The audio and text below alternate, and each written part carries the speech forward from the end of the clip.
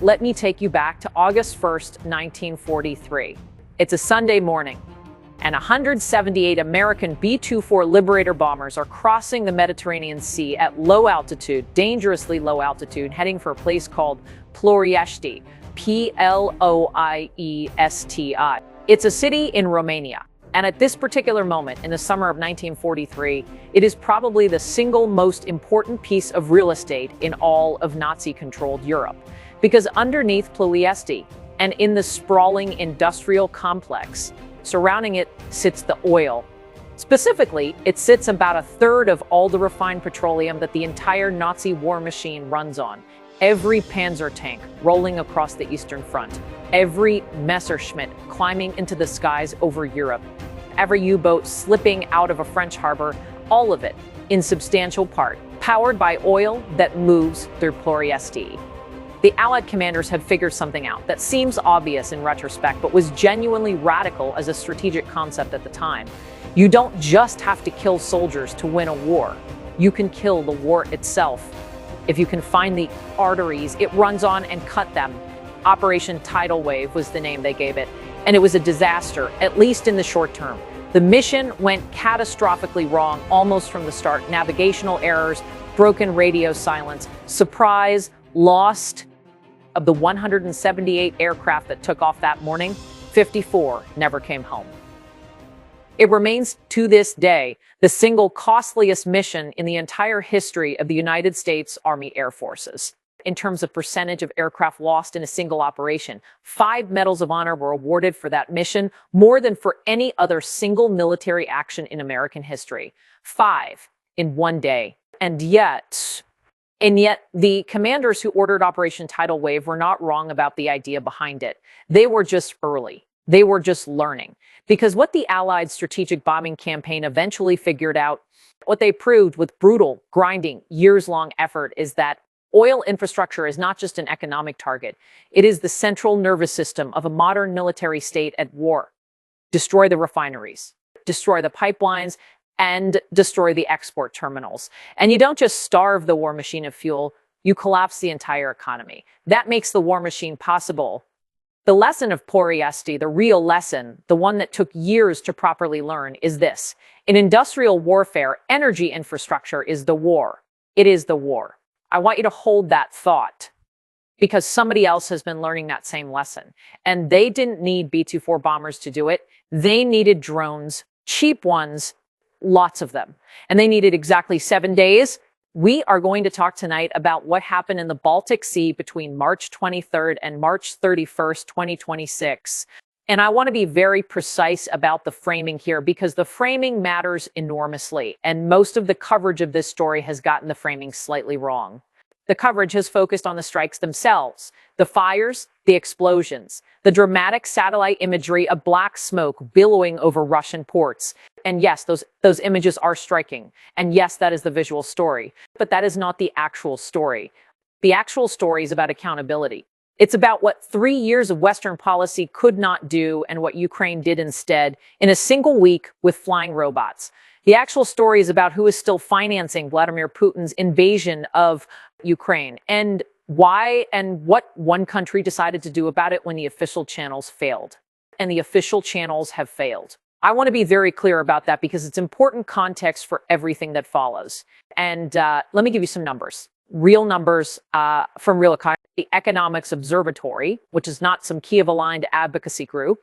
It's a network of professional economists publishing peer-reviewed analysis, has put out a detailed assessment of what Western sanctions have actually cost Russia since February 2022. Their finding, from the start of Putin's invasion through August of 2025, Western sanctions cost Russia approximately $100 billion in lost revenue, $100 billion. That sounds enormous. It is not enormous. Here's why. In 2024 alone, a single calendar year, Russia generated $235 billion from oil and gas exports. That figure comes from the same Economics Observatory. And here is the part that should make your jaw drop. That $235 billion in 2024 was 0.5% more than Russia made in 2023. It was only 3.7% less than Russia made in 2021, the year before the invasion, before any of the sanctions, when everything was supposedly normal and oil was flowing freely. So the sanctions that the G7 spent 3 years designing, implementing, enforcing, and patting themselves on the back for those sanctions have reduced Russia's oil and gas revenue by less than 4% compared to pre-war levels. In 2024, 3 years in, you can't make this up. And it gets worse, because it's not just that the official sanctions haven't worked as advertised, it's that Russia has been actively building an infrastructure to circumvent them. And we've been watching it happen in real time. Putin has constructed what analysts call a shadow fleet, a parallel shipping network of tankers that operate outside Western insurance and outside Western financial systems. Outside Western port access, explicitly designed to move Russian oil to buyers in Asia and elsewhere without triggering Western sanctions. According to reporting compiled by USM and media, Russia has spent over $14 billion building this shadow fleet over the past 3 years. $14 billion spent on the counter-sanctions infrastructure alone, while the sanctions themselves, by the Economics Observatory's math, cost Russia about $33 billion per year. Russia spent $14 billion to protect an income stream worth $235 billion a year. That's actually a pretty good investment if you're Vladimir Putin, which is the problem. So that's where we are as of late, March 2026. Western sanctions present having an effect, simply not having enough of one. And then something else happened that made the sanctions situation actively worse. I need to talk about Iran for a moment, because you cannot understand what Ukraine did in the Baltic without understanding the context in which it happened. When Operation Epic Fury, the joint U.S.-Israeli military campaign against Iran, began in early March of 2026, the immediate effect on global energy markets was chaos. Iran's decision to deploy asymmetric tactics to blockade the Strait of Hormuz created a supply shock that sent oil prices surging worldwide, and for Vladimir Putin, that supply shock was the economic equivalent of winning the lottery. The Guardian reported on March 12th that in just the first 2 weeks of the Iran conflict, Russia had generated approximately 6 billion euros, or $6.93 billion, from fossil fuel sales. That represented a 14% surge over the same period in February, an extra 672 million euros in 2 weeks. Money that flows directly to the Kremlin, which taxes it, which uses it to pay soldiers and build equipment for use in Ukraine. By the end of March, Business Insider was reporting something that should have been impossible, given that price caps and sanctions are specifically designed to prevent this. Russia's Urals crude, which had for years been trading at a significant discount to global benchmarks, had gone from a $12 discount to a $4 premium over North Sea dated oil, a discount of $12. Now, a premium of 4. The sanctions had not just failed under pressure from the Iran shock, the mechanism had actually reversed. And then the United States, and I want to be very careful here, because the details matter. The United States made a decision. Toward the end of March, the Biden administration's successor in Washington quietly eased some of the sanctions it had implemented against Russia. Not a blanket lifting, not a permanent change, but a general license was granted to certain Russian vessels, including oil container ships sailing under the Russian flag, to complete their unloading operations. According to RBC Ukraine, the reprieve applied to cargo loaded before March 12th and was valid until April 11th. The stated rationale, reading between the lines, is pretty clear. The administration saw the Iran-driven oil price shock and wanted a quick, low-profile release valve, bring some Russian oil to market quietly, ease the pressure. The reaction from European leaders was not quiet. German Chancellor Friedrich Merz called the measure unnecessary. French President Emmanuel Macron, in language that is remarkably direct for a sitting head of state, said it was in no way justified. And Ukrainian President Volodymyr Zelensky, meeting with Macron in France, said this, and I want to be precise about his wording because it's important. Zelensky said, lifting the sanctions will lead to a strengthening of Russia's position. This easing alone by the United States could provide Russia with about $10 billion for the war. That certainly does not help peace. $10 billion for the war from a temporary sanctions reprieve. That one decision. So that is the world as it exists in late March of 2026. Western sanctions failing to keep pace with Russia's oil income, the Iran conflict giving Putin a windfall he never expected, and Washington quietly giving him a little extra room to breathe over the objections of Paris, Berlin, and Kyiv. Now I'll tell you what Ukraine did about it. On March 23, 2026, Ukrainian drones struck the Russian Baltic seaport of Primorsk. At this point, if you were watching the news cycle, you might have seen a brief item about it. Explosions at a Russian port, fires at fuel storage tanks. Moscow says Ukrainian drones. Kyiv neither confirms nor denies, as is standard procedure. Significant but not extraordinary.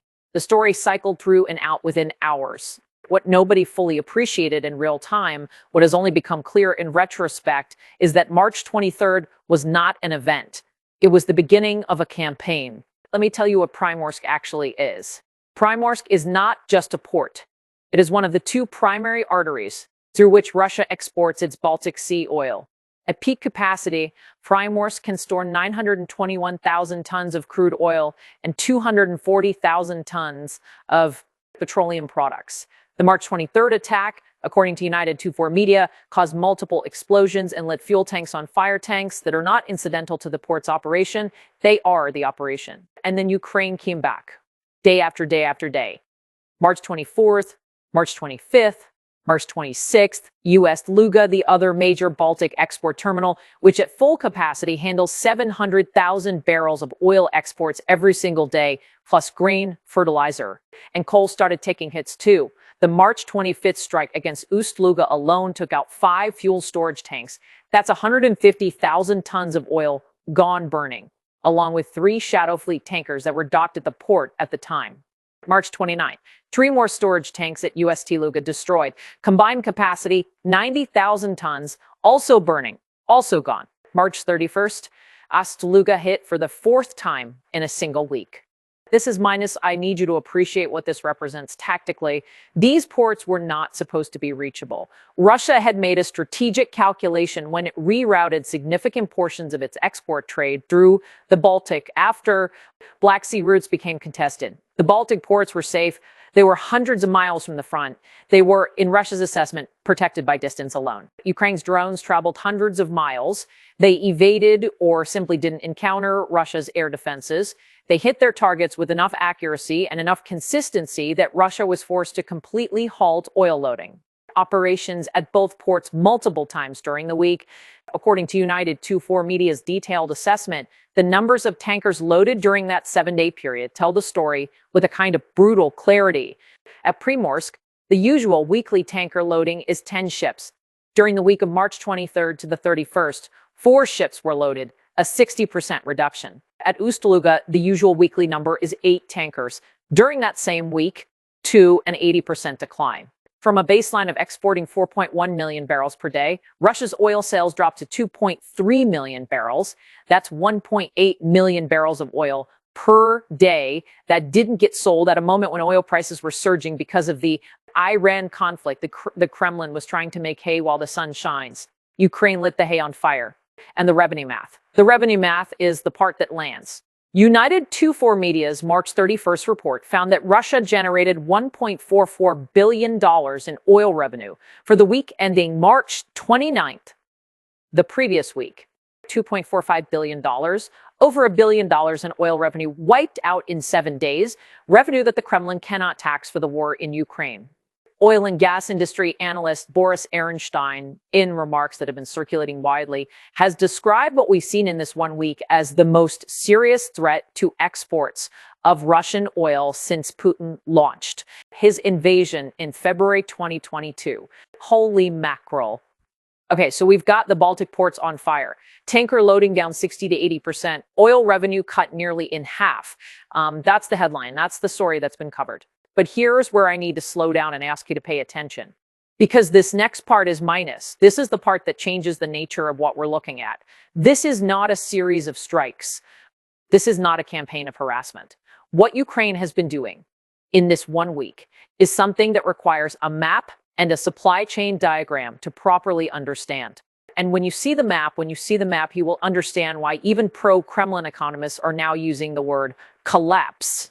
Ust-Luga and Primorsk are not just two Baltic ports. They are the downstream end of a specific identifiable supply chain, a Siberian oil supply chain that flows from production in Siberia through a network of infrastructure whose nodes Ukraine has now been methodically targeting one by one. Here are the 5 nodes. Take note of them. Node 1, Ust-Luga hit 4 times in 1 week, partially offline. Node 2, Primorsk, hit repeatedly during the same week, partially offline. Node 3, the Druzhba pipeline. Druzhba is the Russian word for friendship. I know the pipeline was shut down in January, not last week. January, and according to reporting from Caliber AAZ, its shutdown has been causing supply disruptions for Hungary, Slovakia, the Czech Republic, and several other Central European countries. 3 months. The pipeline has been down for 3 months. That's 3 of the 5 nodes in this supply chain that are already offline or severely degraded. Node 4, the Kirishi Neftegordzintez refinery. That's a mouthful. I know, Kirishi refinery, let's call it. It's in the Leningrad region, and it is a critical processing facility in the Siberian oil chain. Reuters reported in late March that the area near this refinery was damaged by Ukrainian drone strikes. According to available reporting, the strike was powerful enough to force the facility offline. That's 4 of 5. Node 5, Yaroslavl, the Yaroslavl oil refinery. March 28. The Kyiv Independent reported that this facility, the 5th node in the chain, was also hit by Ukrainian drones and set ablaze. 5 nodes, 5 targets, all hit or already offline within a roughly 3-month window, with the most intense activity concentrated in a single week. According to United 24 Media, these 5 facilities, Ust-Luga, Primorsk, the Druzhba pipeline, Kirishi, and Yaroslavl, are collectively responsible for 2.6 million of the 9 million barrels that Russia claims it can produce every single day. That is just under 1/3 of all Russian oil exports, concentrated in a single, identifiable, apparently reachable supply chain. This is not a series of opportunistic strikes. This is not Ukraine hitting targets of convenience when drones happen to be in the neighborhood. What the Atlantic Council's reporting has now confirmed, and what United 24 Media has laid out in specific sourced detail, is that Ukraine has been deliberately and systematically working its way through the Siberian supply chain, node by node, with a level of strategic coordination that, frankly, and we have not seen from Ukraine at any previous point in this war. The days of isolated strikes against Russian energy infrastructure are over. Ukraine has upgraded its strategy. Supply chains are now the target, not individual facilities, supply chains. I want to take a moment here to talk about something that doesn't get nearly enough attention in Western coverage of this war, which is the state of the Russian economy right now, independent of what Ukraine is doing to its oil infrastructure. Because here's the thing, Ukraine is not just striking at a healthy economy. Ukraine is striking at an economy that is, by multiple independent assessments, including assessments from institutions inside Russia, already entering a recession. 3 different Russian economic institutions: the Central Bank of Russia, the Higher School of Economics, and the Center for Macroeconomic Analysis and Short-Term Forecasting. Those are not Ukrainian institutions, and those are Russian institutions, are all publishing indicators that the Russian economy has been in recession since November 2025. That's according to reporting from Ukraineinfrom.net, which cites the assessments of pro-Kremlin economists who, remarkably, are now willing to say this publicly. The Guardian ran an in-depth interactive piece in February of this year. I'd encourage you to look it up. It's quite comprehensive, documenting what they called the final stagnation of the Russian economy and what it means for the war. The picture they paint is of an economy that has been hollowed out by the demands of a war it was not structured to fight, distorted by military spending that has crowded out every other sector, and running low on the human capital that any functioning economy requires. And this connects critically to what Ukraine is doing to the oil infrastructure. Because Russia's oil and gas sector is not just one part of its economy, it is the foundation of the federal budget. The Kremlin taxes oil and gas revenues heavily to fund everything else, including the military, including soldier salaries, including weapons procurement, including the shadow fleet, including the $40,000 sign-up bonuses in some regions, that Russia has been paying to convince volunteers to fight in Ukraine. According to CNBC's March 31st reporting on Russia's energy and revenue outlook, the economic pressure from Ukraine's strikes compounds existing inflation and stagnation in ways that Russia's central bank is struggling to manage.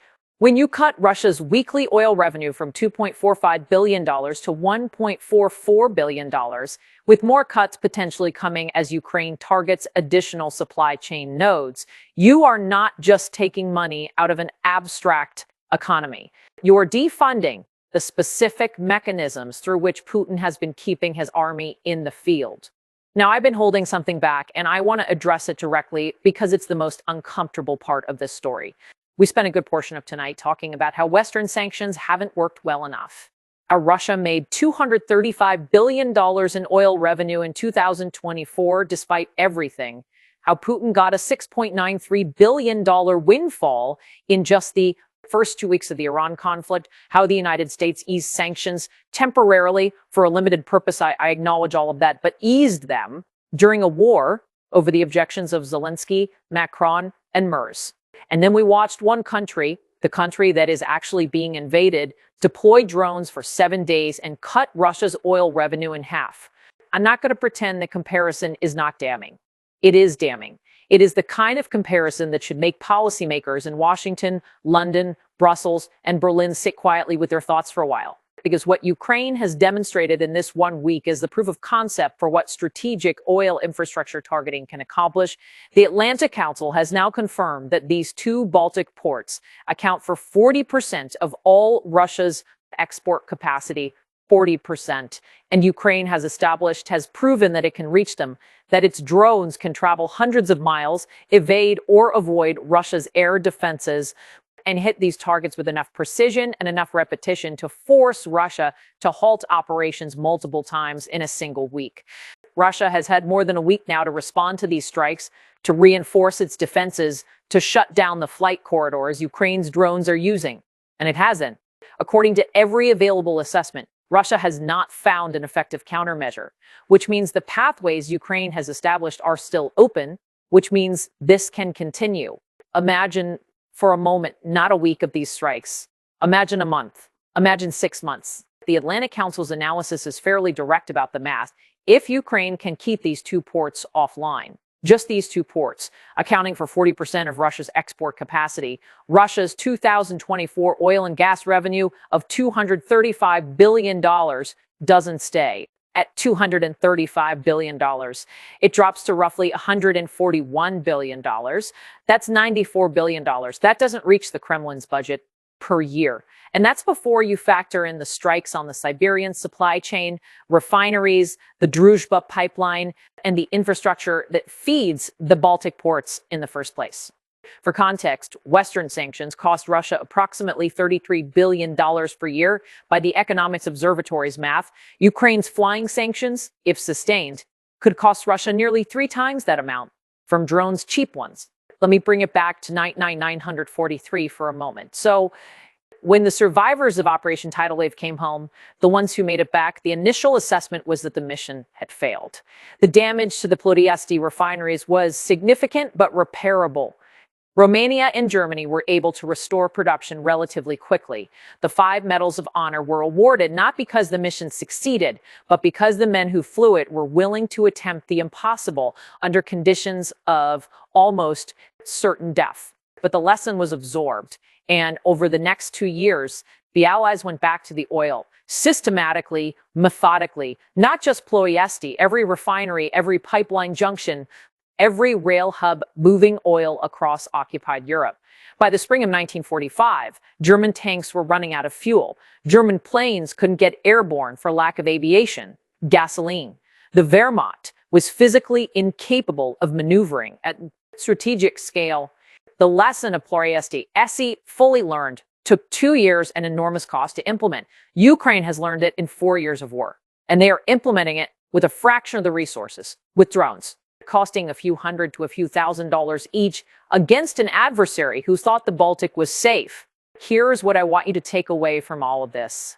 3 years. 3 years of Western sanctions policy produced a $100 billion impact, about $33 billion a year, against an adversary generating $235 billion a year from oil and gas. There is a legitimate debate to be had about whether that a success or a failure. Reasonable people can disagree. But there is no reasonable debate about what Ukraine did in 7 days, March 23rd to March 31st, 2026. In 7 days, Ukraine cut Russia's weekly oil revenue from $2.45 billion to $1.44 billion. In 7 days, Ukraine reduced tanker loading at Primorsk by 60% and at Ust-Luga by 80%. In 7 days, Ukraine demonstrated that the Siberian oil supply chain, 5 nodes, responsible for nearly a third of Russia's oil output, is not a fixed, immovable fact.